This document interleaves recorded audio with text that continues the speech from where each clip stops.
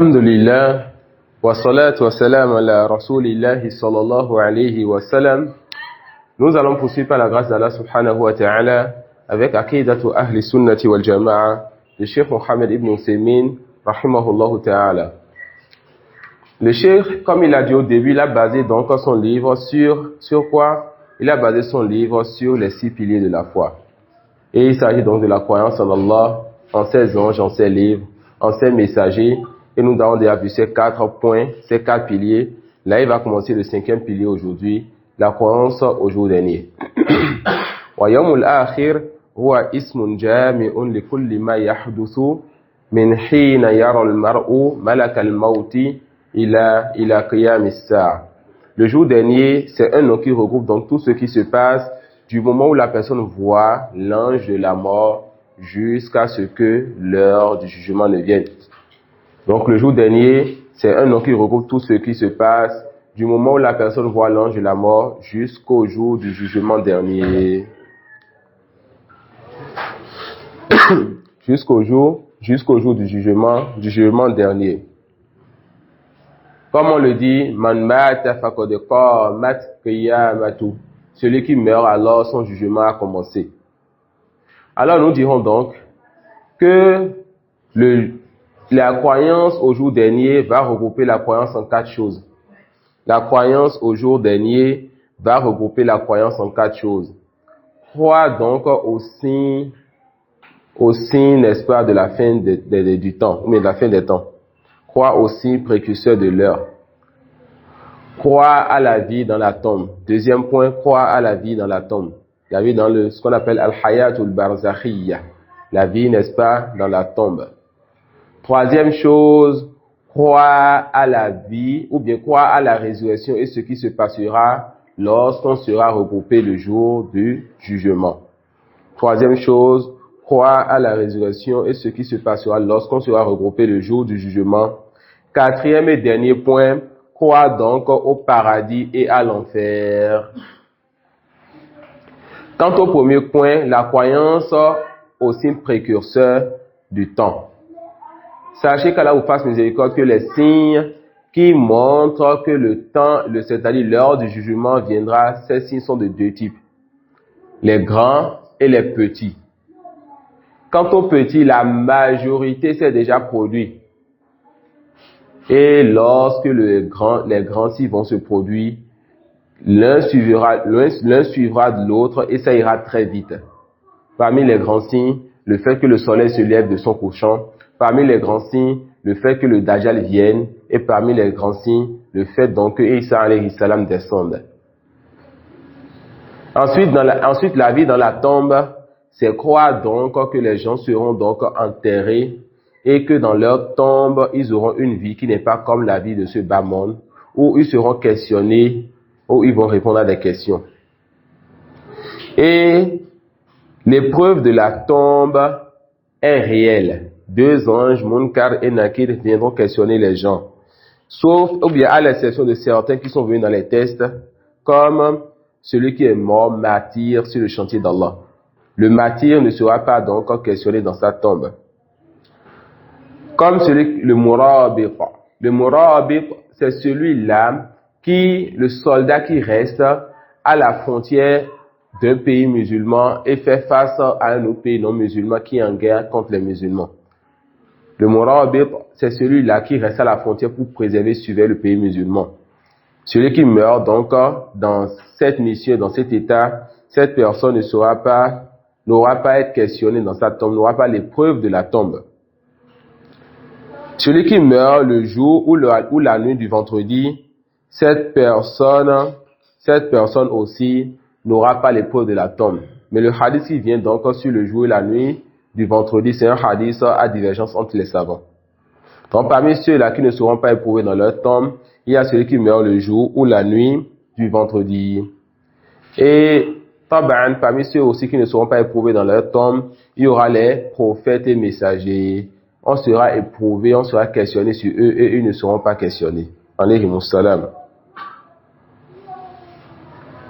Aussi, ce qui est authentique parmi la parole des savants, c'est que l'enfant qui n'a pas atteint alors déjà la puberté, ainsi que le fou aussi, d'accord, ne seront pas éprouvés dans leur tombe. L'enfant qui meurt donc avant la puberté et celui qui meurt, n'est-ce pas, dans cet état de folie aussi, ceux-là aussi ne seront pas éprouvés dans leur tombe. Non, Iman. Le deuxième, on a dit celui qui meurt murabitan. Le murabit, c'est celui-là qui est à la frontière entre le pays musulman et le pays non musulman avec qui on est en guerre. S'il meurt dans cet état, alors lui aussi ne sera pas éprouvé dans la tombe. On a retenu les 5. Le jour et la nuit. Deux paroles chez nos savants. Donc on a dit celui qui meurt le jour ou la nuit du vendredi. Et le hadith sur cela est un sujet à divergence entre les savants. Donc on a vu que croire au jour dernier, c'est croire en 4 points. Croire aux signes précurseurs et les signes là sont de 2, grands et petits. Croire à la vie de la tombe. Et parmi les choses qui se passeront dans la tombe, l'épreuve de la tombe, on vient de voir 5 catégories de personnes qui ne seront donc pas éprouvées dans leur tombe. Et certains savants voient que l'épreuve de la tombe est propre seulement aux musulmans, c'est-à-dire aux croyants et aux hypocrites. Ceux-là qui montrent l'islam et la foi. Car 2 types de personnes montrent l'islam et la foi. Il s'agit des croyants, d'accord, celui qui a la foi dans le cœur, des hypocrites, ceux-là qui détestent l'islam mais qui, pour une raison donnée, montrent l'islam. Alors ces savants voient donc que les mécréants, ceux-là qui affichent derrière la mécréance, comme les juifs, les chrétiens ou autres, ils ne seront pas éprouvés dans la tombe. Mais la majorité des savants, le Jumhur, voit que tout le monde sera éprouvé dans la tombe. Et ça, c'est plus proche, Inch'Allah, de la vérité. Dit que musulmans, hypocrites et mécréants, tous, ou bien croyants, hypocrites et mécréants, tous seront éprouvés dans la tombe. Et on n'a pas un texte qui nous dit que l'épreuve de la tombe sera pour une durée précise, une durée déterminée. D'accord?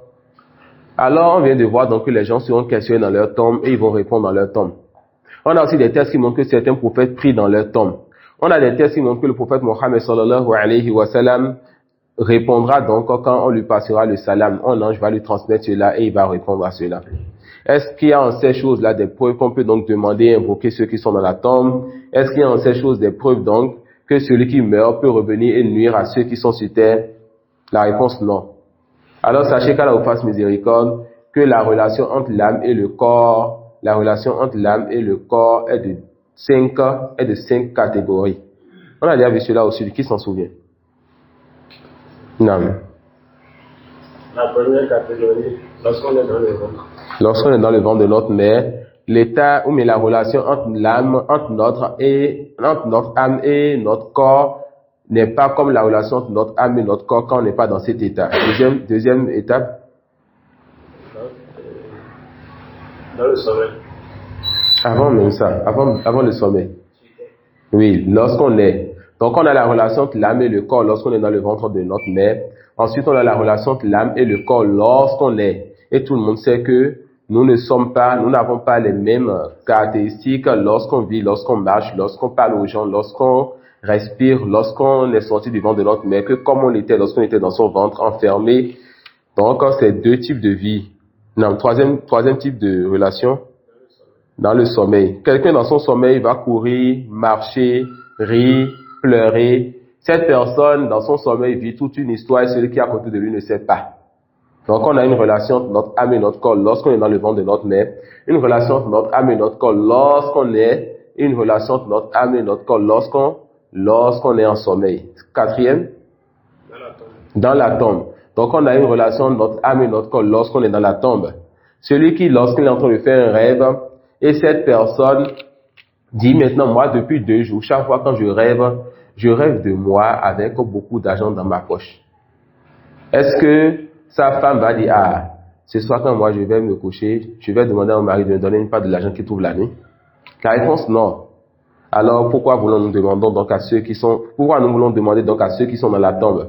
Si nous savons donc que quand celui qui est dans le sommeil a quelque chose, ne peut pas nous donner, on ne peut pas aussi demander à celui qui est dans sa tombe, prétendre que cette personne est un wali et que cette personne est dans des bienfaits dans sa tombe. On ne peut pas donc prétendre que cette personne pourra nous être utile en quoi que ce soit, de la même façon que celui qui est dans son sommeil ne peut pas nous donner ce dont il est en train de jouir dans son sommeil. Et la 5e, dans le jour dernier. Et ça, c'est l'état le plus parfait. La relation entre notre âme et notre corps le jour dernier atteint son plein, ou bien ses pleines capacités. Ibrahim? Les enfants qu'on meurt, les bébés là, Non. quand ils meurent, on les demande aussi. Les enfants? Non, on a dit maintenant que les enfants, ils ne seront pas éprouvés dans la tombe. D'accord? Que les enfants ne seront pas éprouvés dans la tombe, de même pour les fous. Les fous aussi ne seront pas éprouvés dans leur tombe. Okay. Alors on a dit quoi? La croyance au jour dernier, c'est la croyance en quatre choses. La croyance au signe précurseur, cela de deux types, grand comme petit. La croyance à la vie de la tombe. Maintenant, la croyance qu'Allah nous va nous ressusciter et nous rassembler tous. Il va nous ressusciter, nous rassembler tous nus. Et nous aurons, n'est-ce pas, cette chair, ou bien cette bout de peau qui était sur nous avant qu'on nous fasse la circoncision. Cela reviendra, car celui qui a créé, c'est lui qui a créé la terre sur laquelle on l'a jeté, et c'est lui qui est capable de ramener cela, tout comme il ramènera tout ce que nous avons fait comme œuvre, grand comme petit. Faut que le jour-là, on soit donc questionné sur tout ce que nous avons. Quel est donc ce livre qui ne laisse rien, que cela soit grand ou petit? Ce sera un jour difficile pour les mécréants, un jour facile pour qui? Pour les croyants. Ces croyants qui seront sous l'ombre de leur Seigneur le jour, où il n'aura d'ombre que son ombre, subhanahu wa ta'ala. Et la quatrième donc des choses, c'est de croire au paradis et à l'enfer. Et avant ça, il y a une règle qui est beaucoup utile quand on a la croyance, quand on parle de la croyance au jour dernier même, al-mawqif, al-mawqifu, yani al-hisab, c'est que Yawmul Qiyamah Mawaqif. Ça, c'est une phrase simple, une règle simple qui est très utile. Yawmul Qiyamati Mawaqif. C'est-à-dire, le jour dernier, c'est plusieurs choses, c'est plusieurs événements, c'est plusieurs stations. Donc, il se peut que tu vois dans certains textes qu'Allah subhanahu wa ta'ala ne parlera pas à telle catégorie de personnes. Allah ne va pas les regarder, il ne va pas les purifier. Dans d'autres textes, tu vois que tout le monde va se taire et Allah va dire telle et telle chose. On dit quoi? On dit à certains endroits, Allah ne parlera pas à ces catégories de personnes, et ce sera comme un châtiment, une difficulté sur eux. Et à d'autres endroits, Allah va dire telle et telle chose, et ce sera un bien pour les croyants, et toujours une difficulté pour les non-croyants. Yawmul Qiyamati Mawaqif. Le jour dernier, c'est plusieurs événements, plusieurs stations. Donc, quand vous voyez les textes qui viennent sur le jour dernier, ne pensez pas qu'il y a de la contradiction, mais sachez donc qu'une partie parle de ceci et qu'une partie parle de cela. La croyance donc au paradis ou à l'enfer. La croyance au paradis ou à l'enfer, c'est de savoir donc que les gens de bien, ceux qui sont morts sur le tawhid, rentreront au paradis éternellement, et ceux qui sont morts sur autre que cela rentreront en enfer éternellement. Et que le paradis est interdit à toute personne qui est mort sans ce tawhid-là, sans la ilaha illallah. Et que le paradis ne va jamais disparaître, l'enfer ne va jamais disparaître, les gens du paradis ne vont jamais cesser de jouir des plaisirs, des délices de leur Seigneur, et les gens de l'enfer ne vont jamais cesser d'être châtiés, et à chaque fois on leur dira, goûtez donc, et on ne fera que vous augmenter en châtiment. L'auteur dit donc, Faslun, wa nu'minu bil yawmil akhir, wa huwa yawmul qiyamati alladhi la yawma ba'da.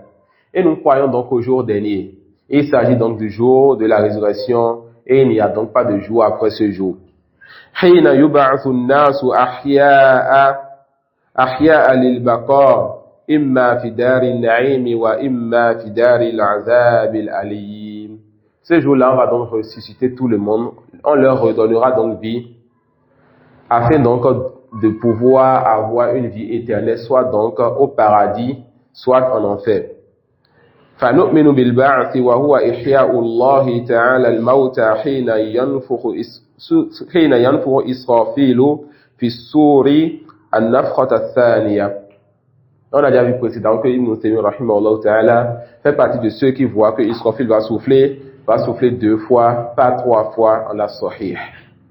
Donc il dit quoi? Ce jour-là, Allah va ressusciter les gens après que l'ange Israfil et la résurrection s'est fait de donner vie aux morts, de redonner vie aux morts. Allah va ressusciter les gens après que l'ange Israfil le souffle la deuxième fois donc dans la trompe. Qala ta'ala wa nufikha fi s-sur fasa'iqa man fi s-samawati wa man fi l-ard illa man sha'a Allah thumma nufikha fihi ukhra fa idha hum qiyamun yanzurun. Allah dit qu'on a soufflé dans la trompe et tous ceux qui sont dans les cieux et sur la terre sont tombés. Et on a soufflé encore une deuxième fois et les voilà donc debout en train de regarder. Et comme le disent les savants, kalimatu ukhra yadullu aw tadullu ala anna al-amra isnan. Lorsqu'on dit ukhra, hadhihi dilala ala al-musanna. Et la hadhihi dilala ala comment dire, ala shay yani isnain. Lorsqu'on dit ukhra, ça montre qu'il y a une première chose et une deuxième chose, at-tasniya, qu'il y a une première chose et une deuxième chose, pas trois. D'accord? Quand c'était donc, si c'était trois, on n'allait pas dire ukhra. Si c'était trois, on n'allait pas dire ukhra. Et ça fait partie des preuves donc des savants qui disent que on soufflera deux fois dans la trompe, pas plus que cela. Le second, non. Et quand on dit le second, c'est qu'il y a plus de troisième. Le premier, le deuxième, le troisième. Non. Et dit fayakumu an-nasu min kuburihim li rabbil alamin khufatan bila ni'al uratan bila thiyab ghurlan bila khitan. Les gens vont donc se lever le jour dernier pour se mettre devant leur Seigneur. Ils vont être donc ils vont être sans chaussures, sans vêtements, et ils vont retrouver encore leur état avant la circoncision. C'est-à-dire ce qui a été coupé de leur chair, de leur peau reviendra encore. Kama bada'na awwala khalqin nu'idu. Allah dit que de la même façon qu'il a commencé la première création, il ramènera donc les gens dans cet état, nus, sans chaussures, sans vêtements, avec toute partie de leur corps intacte. Wa'adan alayna, cela est une promesse qu'Allah a eu à faire. Inna kunna fa'ilin. Allah dit quoi? Qu'il est capable donc de faire cela. Celui qui a créé une première fois n'est-il pas capable de ramener? Ibrahim. Le cas de ceux qui font des tatouages, par exemple. Le livre avec le serpent, voilà. Allahu alam. Allahu alam. Lorsqu'on dit Israël va siffler, est-ce que tout le monde pourra ou il y a des choses qui ne vont pas mourir? Israfil, il y a des tests qui montrent que lorsqu'il va souffler, est-ce que je vais dire mourir? Faut que je vérifie encore bien ces tests. Quand il y a des tests qui montrent qu'il y aura des gens qui vont pas être tomber lorsqu'il va souffler. Il faut que je vérifie ce qui est voulu par ces tests-là. Il faut que je vérifie bien ce qui est voulu par ces tests, Inch'Allah. Non. Le paradis, là, il a dit revenir là. Non. Le jugement prendra le temps. Ça va prendre longtemps pour les non-musulmans, pour les mécréants, et ce sera facile et vite pour les musulmans. Non. Il dit fayakumu an-nasu min kuburihim li rabbil alamin khufatan bila ni'al uratan bila thiyab ghurla bila khitan kama bada'na awwala khalqin nu'iduhu wa'dan 'alayna inna kunna fa'ilin wa nu'minu bi saha'ifil a'mali tu'ta bil yamini aw min wara'i zuhuri bi shimal. Nous croyons aussi aux feuillets, c'est-à-dire les livres des gens. Ces livres qui vont comporter les actions des gens, grands comme petits, bons comme mauvais. On donnera ces livres-là par la droite à certains, et on donnera ces livres-là par la gauche et de derrière les dos pour d'autres. Car on compte parmi les gens qui prendront donc le livre par la droite. فَأَمَّا مَنْ أُوتِيَ كِتَابَهُ بِيَمِينِهِ فَسَوْفَ يُحَاسَبُ حِسَابًا يَسِيرًا. Quant à celui-là qui on donnera son livre par la droite, cette personne prendra donc son livre, cette personne aura donc un jugement facile. Quant à celui qui prendra donc son livre à la droite, cette personne aura un jugement facile. وَيَنْقَلِبُ إِلَىٰ أَهْلِهِ مَسْرُورًا. Cette personne va retourner donc vers sa famille content. وَأَمَّا مَنْ أُوتِيَ كِتَابَهُ وَرَاءَ ظَهْرِهِ فَسَوْفَ يَدْعُو ثُبُورًا وَيَصْلَى سَعِيرًا. Celui-là qui va prendre son livre par la main gauche, celui-là qui va prendre son livre par de derrière le dos, cette personne va donc appeler la malédiction et cette personne va être brûlée dans quoi? Va être brûlée dans le feu, waliyazu billah.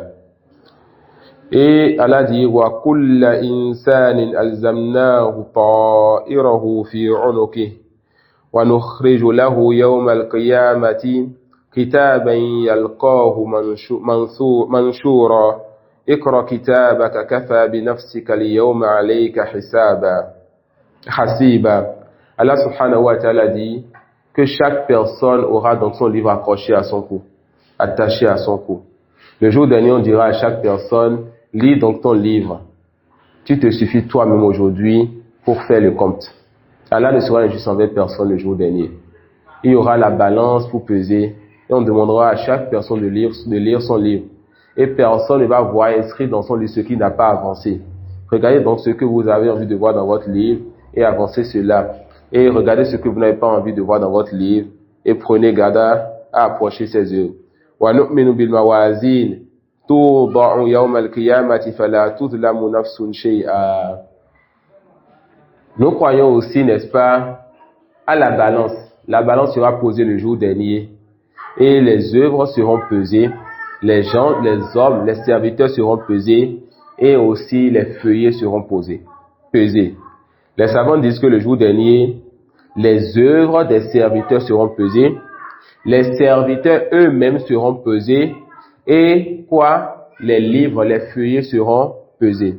Une dernière fois, les savants disent que le jour dernier, les œuvres seront pesées, les serviteurs eux-mêmes seront pesés et les livres des serviteurs eux-mêmes seront pesés.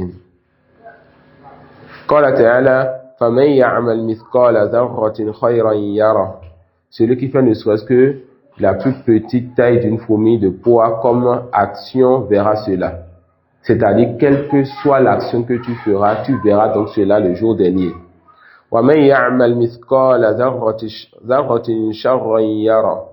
Et celui qui fait aussi la plus petite taille ou bien le plus petit poids de mauvaises actions, cette personne aussi verra donc cela.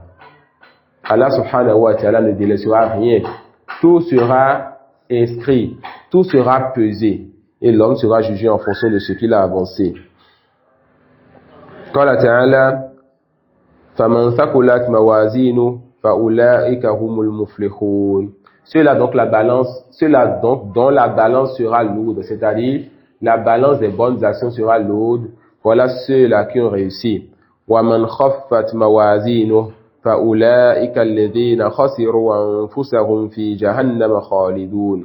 Et quant à ceux-là dont la balance sera faible, sera légère, voilà ceux-là qui ont donc égaré et perdu leur âme. Dans l'enfer ils seront éternellement. تلفح وجوههم النار وهم فيها كالحون. Leurs visages seront donc brûlés dans l'enfer. Et comme les savants le disent, dans le paradis, tu ne connaîtras pas deux fois le même délice. C'est délice sur délice, plaisir sur plaisir. Tu goûtes aux fruits, tu goûtes au même fruit une autre fois, c'est encore un nouveau plaisir. Il n'y a pas je m'ennuie dans le paradis. Et dans l'enfer, les gens, chaque fois le châtiment va augmenter. On va les châtier jusqu'à ce qu'ils soient totalement brûlés et calcinés. On leur redonnera encore une nouvelle peau pour qu'ils soient encore brûlés et châtiés. Waliyazu billah. Il dit wa nu'minu bi shafa'ati al-uzma li rasulillahi sallallahu alayhi wa sallam khassa. On a déjà parlé de cette shafa'a, de cette intercession, ce qu'on appelle la shafa'ati al-uzma. La grande intercession, maqamul mahmoud. Lorsque les gens iront vers tous les prophètes, ils vont dire donc aux prophètes, ne voyez-vous donc pas ce dans quoi nous sommes ce jour terrible? Et chaque prophète dira, nafsi, nafsi, allez vers autre que moi. Et ils iront vers le prophète Mohammed sallallahu alayhi wa sallam, et il dira donc, ana laha, et il va donc intercéder par la permission et sous l'ordre de son Seigneur pour que le jour du jugement commence. Faqala rahimahullah ta'ala, yashfa'u inda Allah ta'ala bi'iznihi liyaqdiya bayna ibadi. Le prophète sallallahu alayhi wa sallam va intercéder auprès d'Allah par la permission d'Allah, n'est-ce pas, afin qu'Allah puisse juger entre ses serviteurs. Hina yusibuhum min al-hammi wal-karab ما لا يطيقون فيذهبون إلى آدم ثم نوح ثم إبراهيم ثم موسى ثم عيسى حتى تنتهي إلى رسول الله صلى الله عليه وسلم. Et le hadith est venu, n'est-ce pas? Le hadith est venu dans le Sahih al-Bukhari.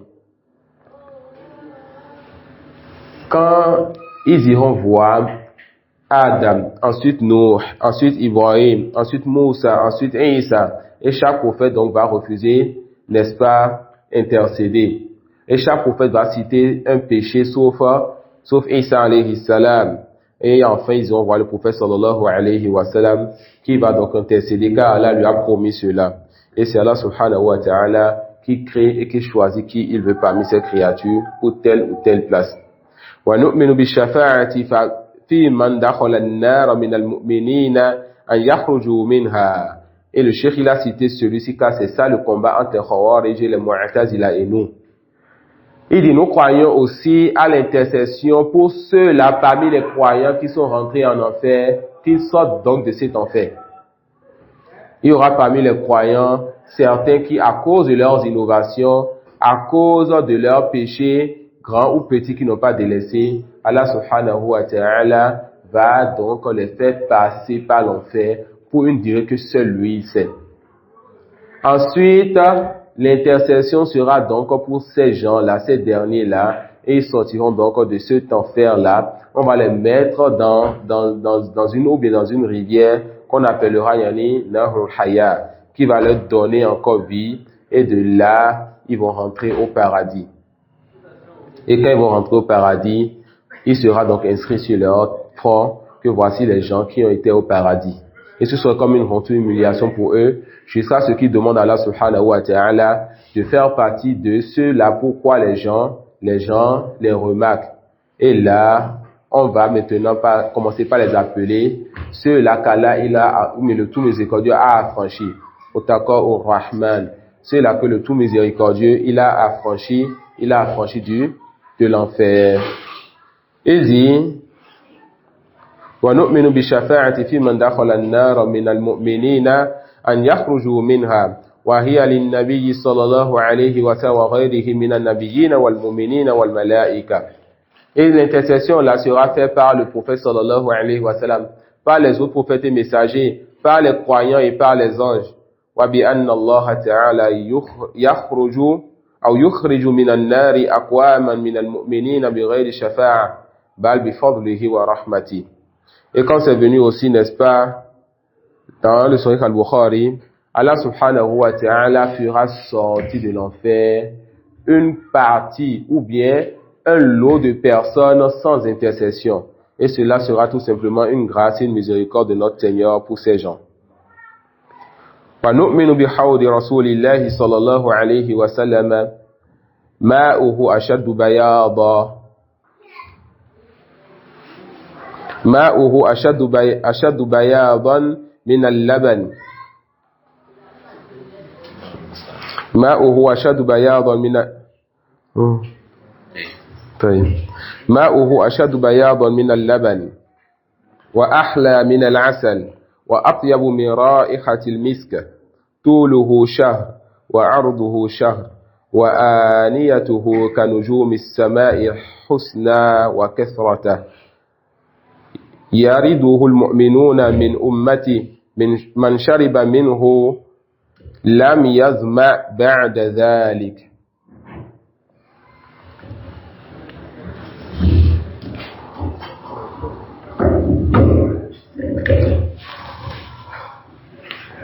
Il dit وَنُؤْمِنُ بِحَوْضِ رَسُولِ اللَّهِ صَلَّى اللَّهُ عَلَيْهِ وَسَلَّمَ.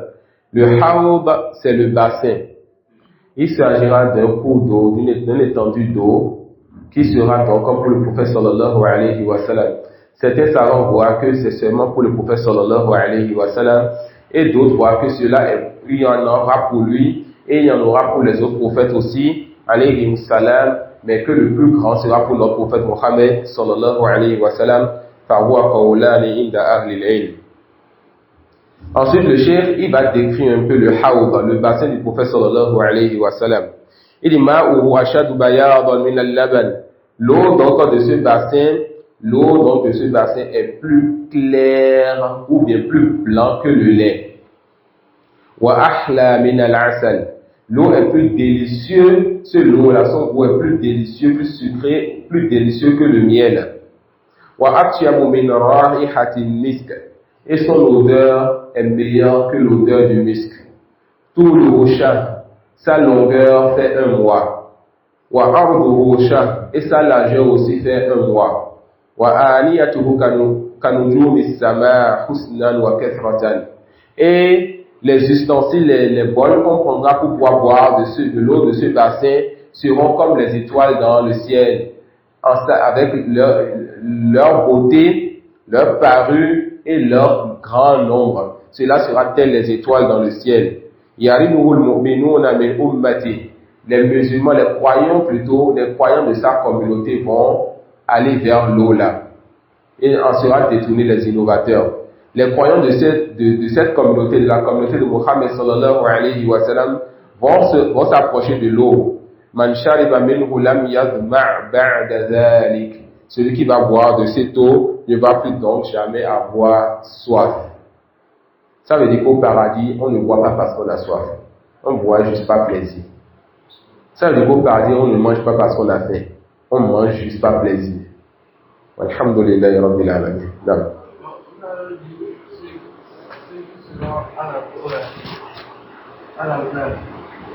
Si on va les retourner au paradis, Non. ceux qui vont retourner là, maintenant, l'eau là, ils vont boire dans le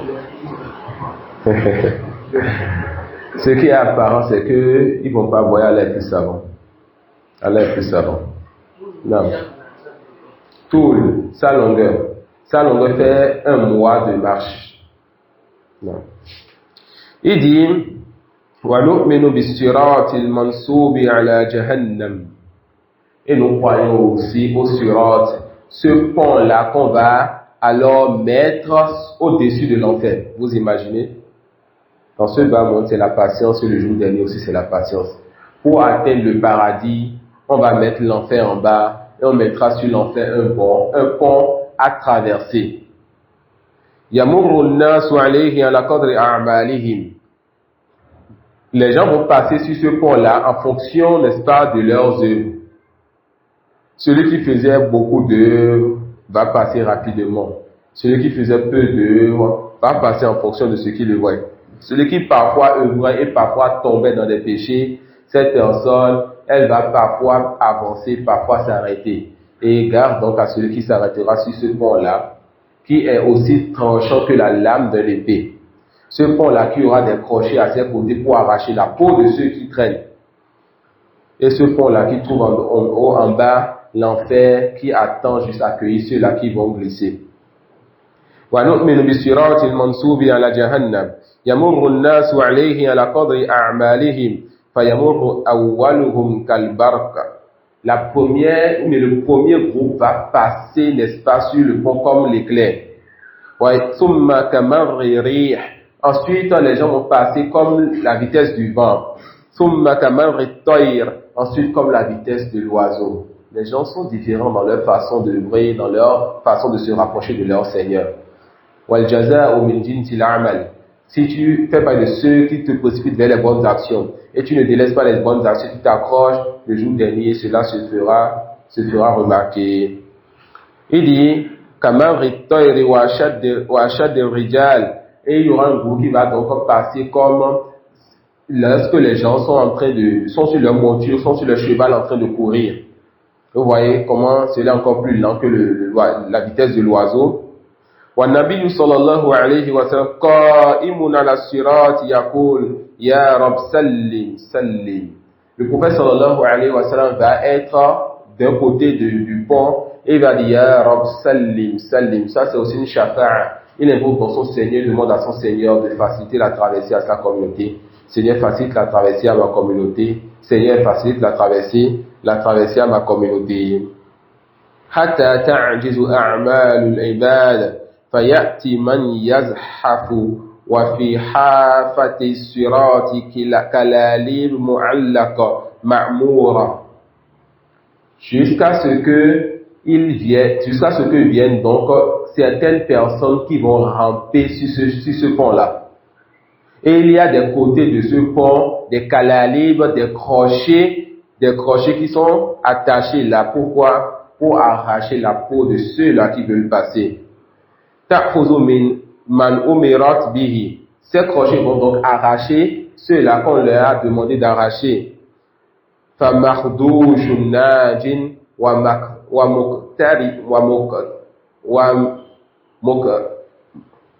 Comment tu lirais ça?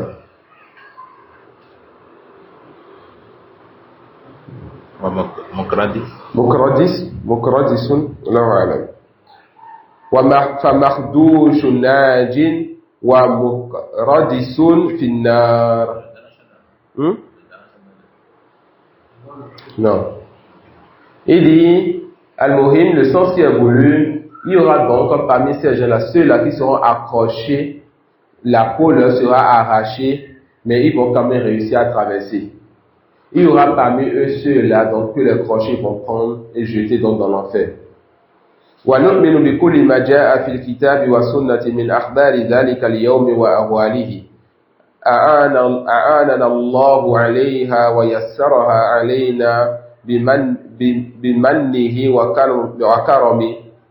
Le Cheikh il dit, et nous croyons à tout ce qui est venu dans le livre d'Allah, dans la sunna du prophète Mohammed sallallahu alayhi wa sallam, comme information sur le jour là et sur les terrains du jour dernier.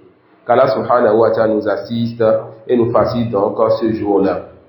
وَنُؤْمِنُ بِشَفَاعَةِ النَّبِيِّ صلى الله عليه وسلم لأهل الجنة أن يدخلوها وهي للنبي صلى الله عليه وسلم خاصة.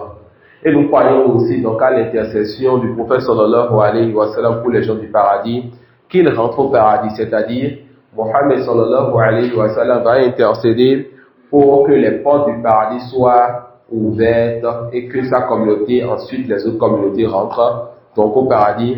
Et ça fait aussi partie des intercessions qui sont propres au prophète Mohammed sallallahu alayhi wa sallam. وَنُؤْمِنُ بِالْجَنَّةِ وَالنَّارِ فالجنة دار النعيم التي أعدها الله تعالى للمؤمنين المتقين فيها من النعيم ما لا عين رأت ولا أذن سمعت ولا خطر على قلب بشر. Nous croyons aussi au paradis et à l'enfer.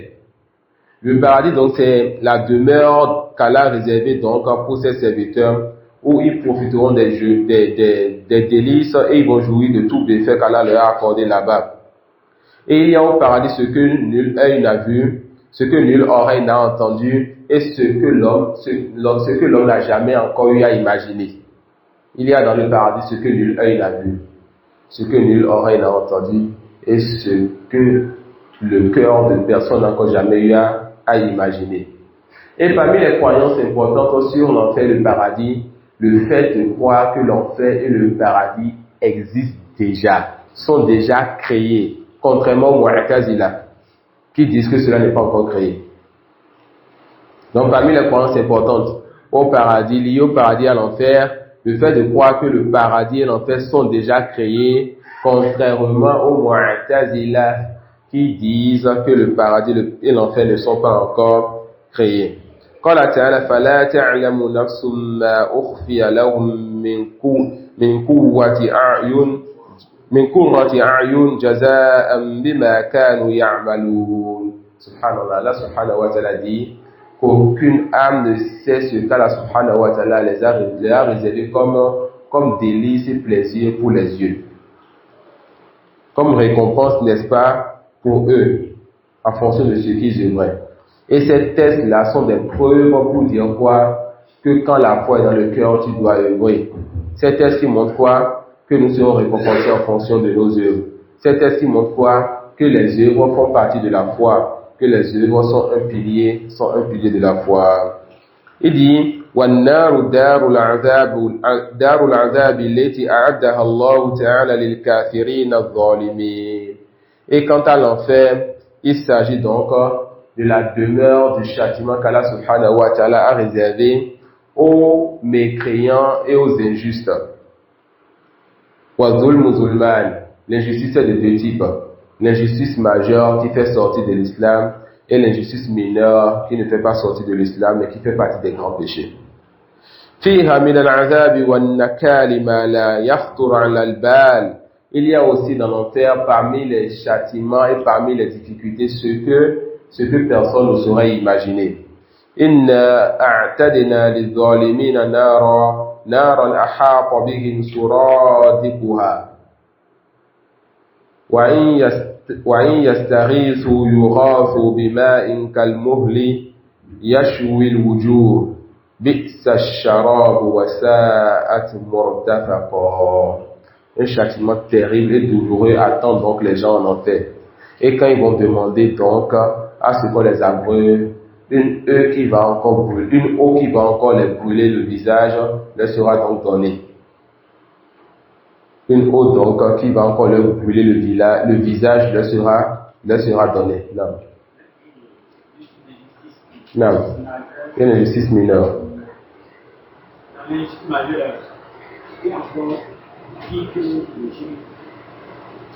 Le shirk aussi rentre dans les justices majeures. La grande mécréance. Et toute chose qui peut faire sortir de l'islam. Non.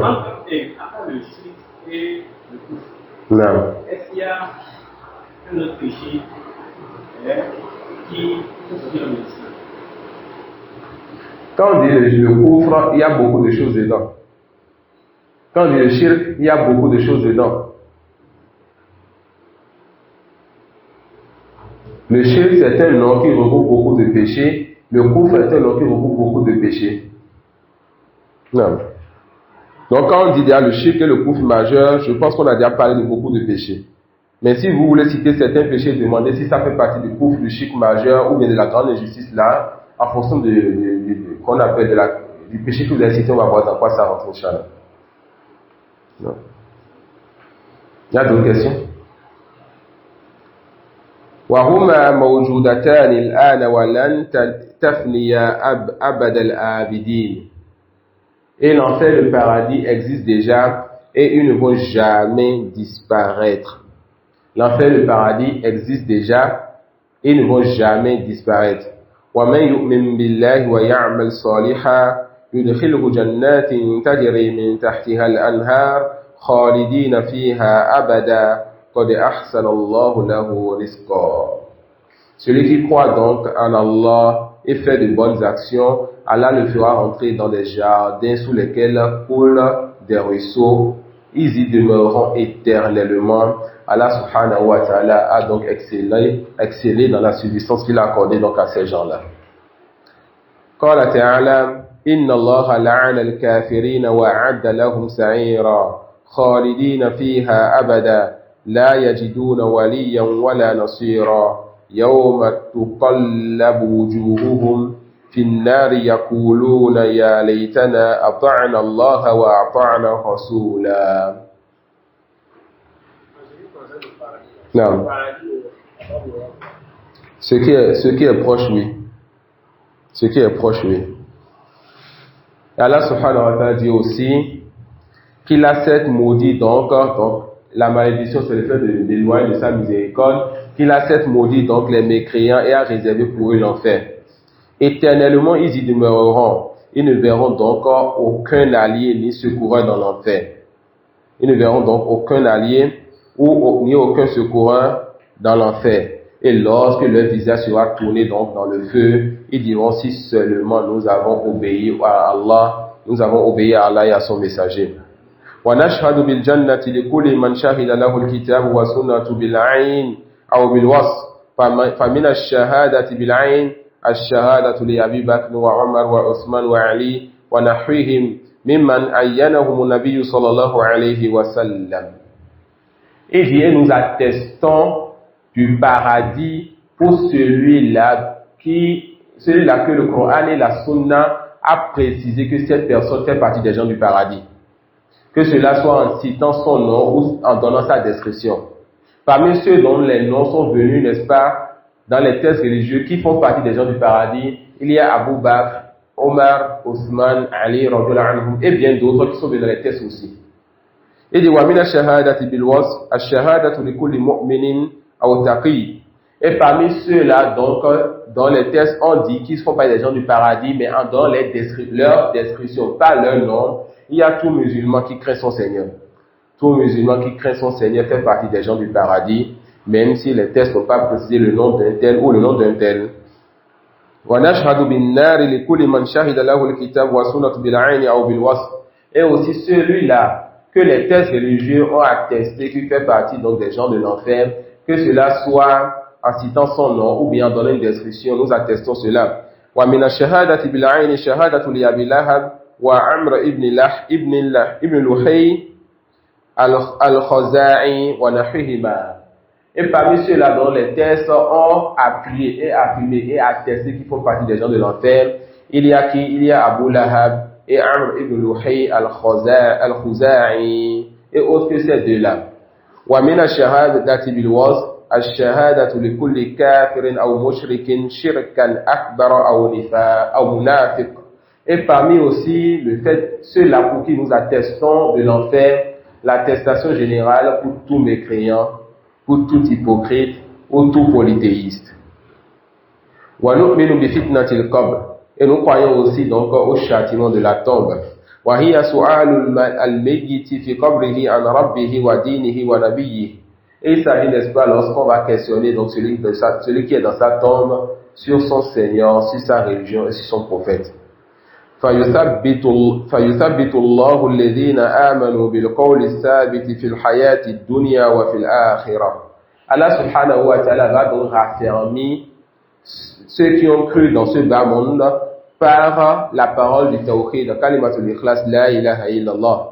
Et dans la vie dernière, c'est-à-dire dans la tombe, ceux-là qui sont morts sur la ilaha illallah, Allah va les raffermir en leur facilitant, n'est-ce pas, de répondre aux trois questions de la tombe.